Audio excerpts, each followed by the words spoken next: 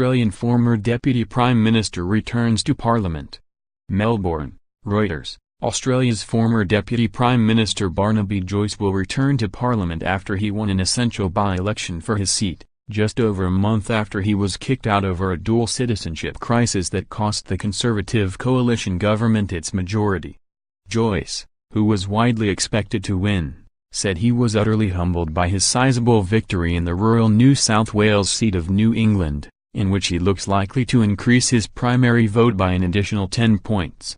ABC election analyst Antony Green reported that Joyce is on track to achieve a primary vote of about 64%, a significant increase on his 52.3% primary at the last federal election in 2016. The win gives the government and its embattled Prime Minister, Malcolm Turnbull, some much-needed breathing space, as it restores its slim one-seat majority. The government is already claiming the victory as a vote of confidence of its performance, despite a series of polls showing its growing unpopularity. "This has been a stunning victory," Turnbull told supporters as he joined Joyce at a pub in the town of Tamworth to celebrate the win. Exit polls were predicting the largest swing to the government in the history of by-elections in Australia, Turnbull said, adding it was a sign of confidence in his government. Joyce added that he was completely and utterly humbled, after winning from a record field of 17 candidates. "I say to the people of New England, that I never take anything for granted, and for every person who voted for us and voted for us for the first time," he said, the ABC reported.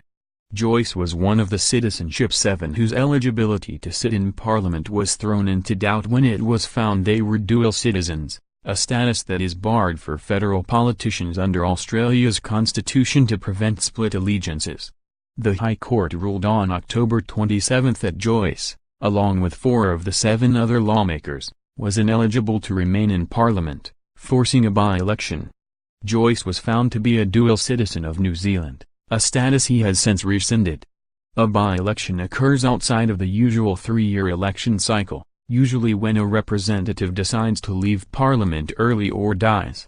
The deputy leader position, traditionally held by a member of the junior coalition partner, the National Party, has remained vacant since the High Court ruling. The result comes at a difficult time for Turnbull, who earlier this week was forced into an embarrassing reversal of his long-standing position against a royal commission into the country's scandal-hit banking and financial sector amid mounting political pressure. The last day of campaigning for the by-election was marred by a call from New South Wales Nationals state leader and Deputy Premier John Barilaro for Turnbull to step down as a Christmas gift to the nation. The comments were quickly rebuffed by Liberal Party lawmakers and Joyce, who said they were very unhelpful and insulting. It was the latest of a long line of internal turmoil to hit the coalition throughout the year, which has contributed to its poor performance in polls throughout the year. Reporting by Alana Sitzer, editing by Diane Kraft.